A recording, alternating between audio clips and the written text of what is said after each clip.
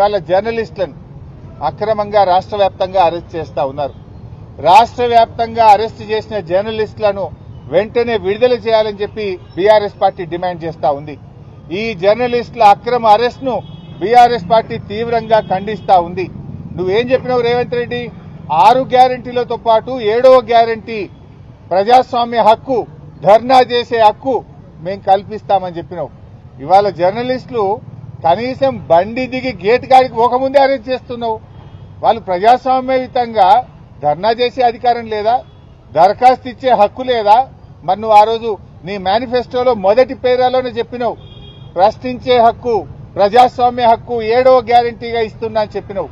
ఇవాళ రాష్ట్ర వ్యాప్తంగా జర్నలిస్టుల గొంతు కోసినావు, అందరినీ కోసినావు. ఇవాళ రైతుల్ని కోసినావు, కార్మికుల్ని కోసినావు, విద్యార్థుల్ని గొంతు కోసినావు, నిరుద్యోగుల గొంతు కోసినావు. లాస్ట్కు ప్రజాస్వామ్యంలో 4వ పిల్లర్ అయినటువంటి జర్నలిస్టుల గొంతు కూడా కోసినావు కదా. ఇవాళ కేసీఆర్ గారు ఉన్నప్పుడు 26,000 అక్రిడేషన్ కార్డులు ఇచ్చారు. జర్నలిస్టుల కోసం 100 కోట్ల రూపాయల కార్పస్ ఫండ్ను ఏర్పాటు చేశారు. కరోనా వస్తే జర్నలిస్టులను కాపాడుకున్నారు. జిల్లాల్లో జర్నలిస్టులకు ఇండ్ల స్థలాలు ఇచ్చింది బీఆర్ఎస్ ప్రభుత్వం. రేవంత్ రెడ్డి వచ్చిన తర్వాత ఆ రోజేమో గొప్ప గొప్పగా చెప్పిండు, గవర్నమెంట్లకు వస్తే చాలు, ఓడదాటేదాకా ఓడమల్లప్ప, ఓడదాటినాక బోడమల్లప్ప. ఆనాడు ఏం చెప్పిండు? మేము అధికారంలోకి వస్తే జర్నలిస్టులకు ఇండ్లు కట్టిస్తాం, ఇండ్ల స్థలాలు ఇస్తాం, యూట్యూబ్ వాళ్ళకి ఇస్తాం, సోషల్ మీడియాకి ఇస్తాం, ఇంకా అక్రిడేషన్ కార్డులు పెంచుతా అన్నాడు. ఇవాళ ఏం చేసిండు? 26,000 మందికి కేసీఆర్ గారు అక్రిడేషన్ కార్డులు ఇస్తే 10,000కు తగ్గించారు.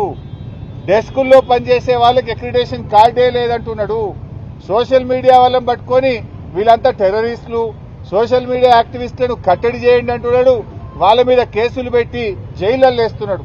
సోషల్ మీడియా యాక్టివిస్టులను అవమానపరిచే విధంగా రేవంత్ రెడ్డి మాట్లాడుతూ ఉన్నాడు. ఉగ్రవాదులతో పోలుస్తా ఉన్నాడు. ఇంత దుర్మార్గమా? నువ్వు అక్రిడేషన్ కార్డులు పెంచుతానని 26,000కి 10,000 ఎట్లా చేస్తావు?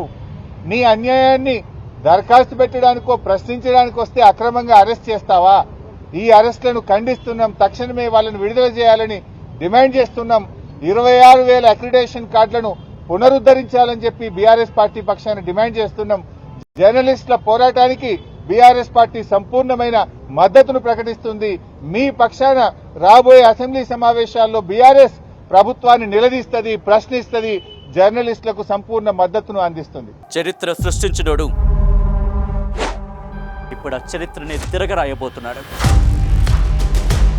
అబద్ధాల గోడల్ని బద్దలు కొట్టి నిజాలను రాగా మీ ముందుంచబోతున్నాడు.